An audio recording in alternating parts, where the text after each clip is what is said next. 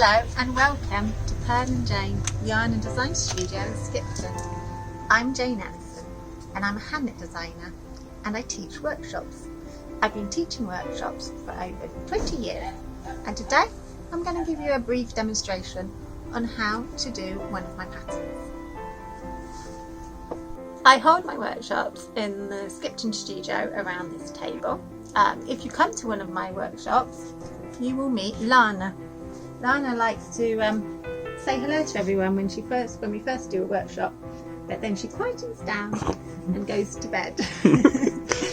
One of the workshops I do is a sock workshop, and I love teaching people how to knit socks because it can go from something that's really scary to something that's really easy.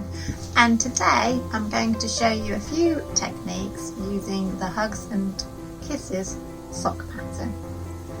I shall be showing you how to cast on with double pointed needles and how to do the colour work. So if you do have this pattern, hopefully it will help you, and if you don't have this pattern, then hopefully it will help you cast on with double pointed needles. What I do when I come to do a sock pattern is I use double pointed needles, and I use 4 double pointed needles, so that means 3 in a triangle and then 1 to knit with. I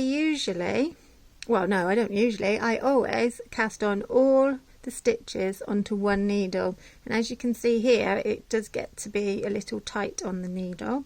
I still have 6 more stitches to cast on, and I use the thumb method, so I was just going to show you that I just cast on all the stitches onto one needle, and by doing this you help eliminate that line or the pulling that can happen when you've got the 3 needles on at the same time.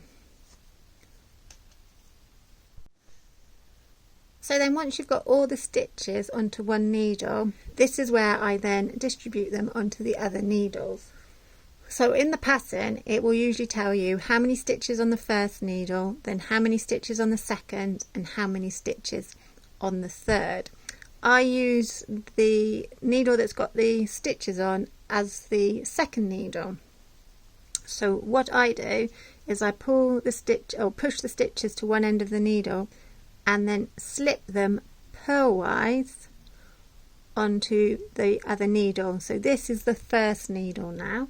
So I look in my pattern and I see how many stitches it says it should have on the first needle, and I'll slip them on. So then we've got the stitches that we need to on the first needle, and we need to then put stitches onto the third needle. So now I push these stitches to the other end of the second needle. So this is the second needle and this is the first needle. I turn it around and then I slip how many stitches it says onto the third needle, and again I do this purlwise.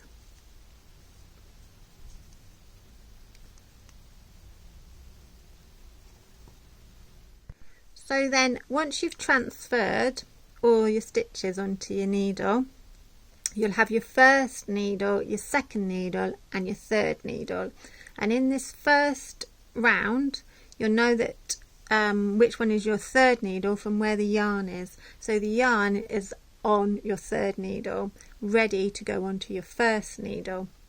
And when you come to do socks, this first bit is the trickiest bit. So when you're on double pointed needles you want to make sure all of these, the joins between each of the needles, are flat and not twisted in any way, because if they're twisted you won't be able to get your foot through into the sock.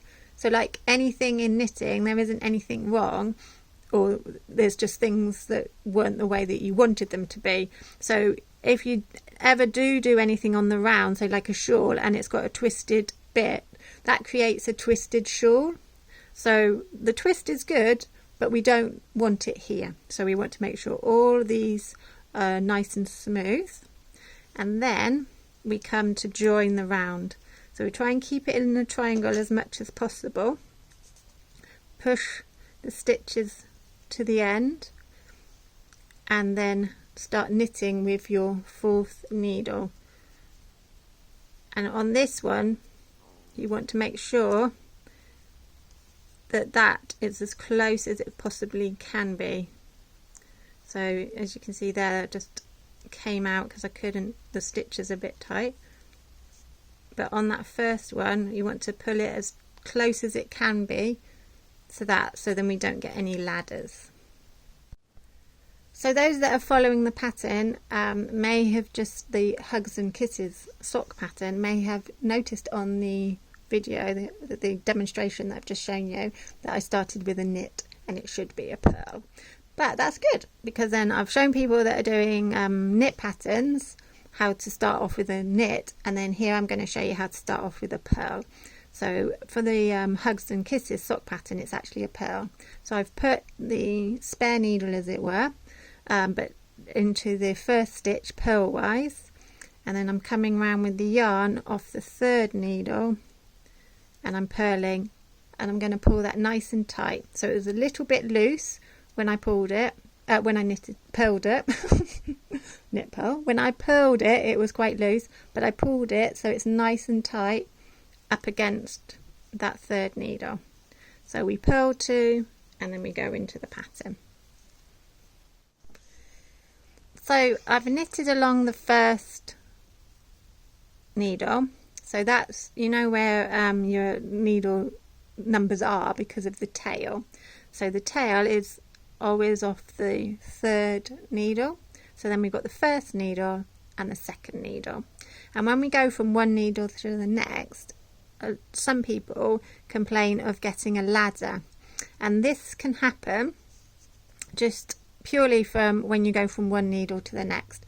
So everyone that I've taught how to knit a sock on the sock workshop has never had a ladder, so they don't know what a ladder is. But a ladder is when you get a little line from one to the next. So what you need to do, so in this instance it's a purl. You bring the needle in to purl underneath. So this is your 1st needle. So you bring the needle underneath that 1st needle. You purl the stitch, take it off, and then pull it tight. So I don't know if you can see, but it's nice and tight next door to that needle, and that can help eliminate that line. And I'm going to show you how to do that on a knit stitch. So then when you come from the one needle to the next needle knitwise, again to help eliminate this ladder, you come into your stitch this way. Again, it's still underneath the stitch, the needle with all the stitches on, and you knit the stitch and again pull it tight, and by pulling it tight it helps eliminate that ladder. So the colour work in the Hugs and Kisses sock is just a simple slip stitch technique. So for the first round, all it is you get the red, so I've done the 2 rounds in the white, and you just knit 1, slip 1 purlwise, knit 1, slip 1 purlwise, knit 1, slip 1 purlwise. So it's as simple as that. So it looks more complicated than it is, but it's just a slip 1, knit 1, slip 1, knit 1, and that's how you do all the colour work in this pattern. So I knit 1, slip it purlwise. So then on the next round we are doing purl. So we bring the yarn forward to purl 1, yarn back to slip 1, yarn forward to purl 1, yarn back to slip 1, yarn forward to purl 1, and we're bringing the yarn backwards and forwards because we don't want it to produce a line over that stitch. We want to create these little boxes, as they were, of stitches. So that's why we take the yarn backwards and forwards on the purl row, and while we're pulling it as well is so then we can create this little bubble. And then all of these patterns here is done in the same way. So it's just knitting and slipping, and just remembering to take the yarn backwards and forwards on the purl round. And then you produce a beautiful sock like this. So that was just a quick little demonstration on how to start a sock pattern. So I used my Hugs and Kisses sock pattern as an example, but the principles of casting on dpns, double pointed needles, is the same for any sock that you might want to do. But I hope that helps, and hopefully see you at Yarn Down. Bye!